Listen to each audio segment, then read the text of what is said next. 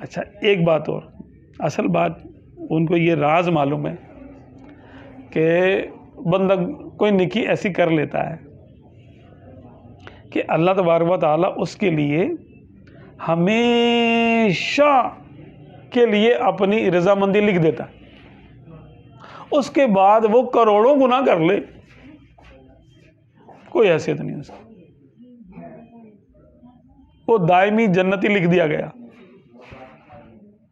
مالک ہے جس کو چاہے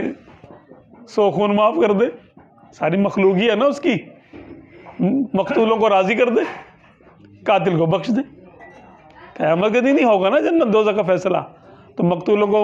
فرمایا کہ ٹھیک ہے جو یہ جو میرا بندہ ہے یہ جنتی ہے،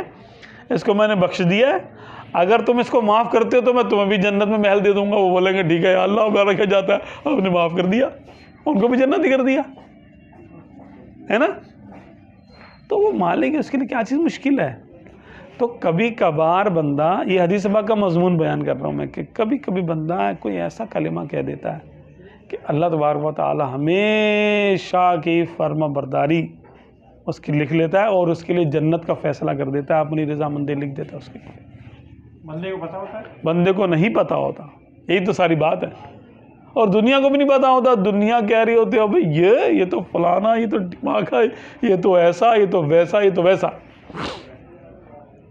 اور کبھی اس کے الٹ بھی ہو جاتا ہے کہ کبھی بندہ کوئی ایسا گناہ کر لیتا ہے،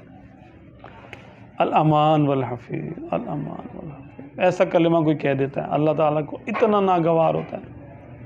پھر اس کو توبہ کی توفیق نہیں ملتی، اس کو پھر سلب کر لیتا ہے اس کو توبہ کی توفیق، اور وہ اپنے تئیں نیک ہوتا رہتا ہے، کرتا رہتا نیکیاں، حالانکہ اللہ تبارک و تعالیٰ کے یہاں اس کی کوئی نیکی بھی لکھی نہیں جا رہی ہوتی۔ لوگ بھی سمجھتے ہیں نیک ہے، وہ بھی سمجھتا ہے میں نیک ہوں، بڑے پروٹوکول سے کو دفناتے ہیں، اس کے ایصال ثواب کرتے ہیں، اس کے صدقے میں دعائیں مانگتے ہیں، لیکن وہ بندہ جہنمی لکھا گیا ہوتا ہے۔ تو بزرگ لوگوں کو اس کیٹیگری میں سمجھتے تھے کہ بھی ہو سکتا ہے میرے سامنے اس کا گناہ آیا ہے تو یہ اس کے گناہ میرے سامنے آ رہے، لیکن وہ نیکی اس سے سرزد ہو چکی ہو کہیں ماضی میں، اور اس کے تو یہ گناہ جس پہ میں سیخ پا ہو رہا ہوں، مجھے غصہ آ رہا ہے، اللہ تبارک و تعالیٰ کے یہاں اس کی کوئی حیثیت ہی نہ ہو، ان گناہوں کی سارے معاف ہوتے چلے جا رہے ہیں، یا پہلے سے معاف ہو چکے ہوں، اگلے پچھلے سب معاف ہو گئے، اور اپنے آپ کو وہ اس کیٹیگری میں رکھتے تھے کہ کیا پتہ اللہ نہ کرے میرے منہ سے کوئی ایسا کلمہ تو نہیں نکل گیا، کوئی ایسا میں نے عمل تو نہیں کر لیا کہ میرے لیے ہمیشہ کی ناراضگی اس نے لکھ دی ہو، اور اب میں جتنی بھی نیکیاں کروں ساری ضائع نہ چلی جائیں کہیں۔ بس وہ یہ امید اور خوف ہے کہ لوگوں کو تو وہ بے عیب دیکھ لے، یہ نہیں کہ وہ کوئی عیب نہیں کر رہے،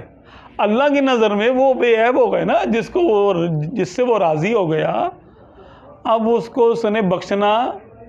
اپنے ذمہ کرم پہ لکھ لیا، تو ان کی کیا عیب رہ گئے؟ کوئی عیب نہیں ہے اس کا، اور اپنے آپ کو وہ عیب دار سمجھتے تھے کہ یار اگر کوئی دنیا میں بندہ عیب دار ہے تو وہ زیادہ تر امکان ہے کہ میں ہی ہوں، میرے سے زیادہ تو کوئی ہوگا نہیں۔ کیوں کہ جتنی نعمتیں مجھ پر ہیں اتنا شکر تو میں ادا ہی نہیں کر رہا۔ چلو گناہ میں وہ نہیں کر رہا ہوں کہ جو بڑے بڑے گناہ ہوتے ہیں، لیکن ظاہری میرے گناہ چھوٹے ہیں لیکن باطنی زیادہ ہیں، کیونکہ ریاکاری ہے، شدت کی ہے، اسی طرح اور معاملات ہیں، میں پتہ نہیں کیا دل آزاریاں کر چکا ہوں لوگوں کی،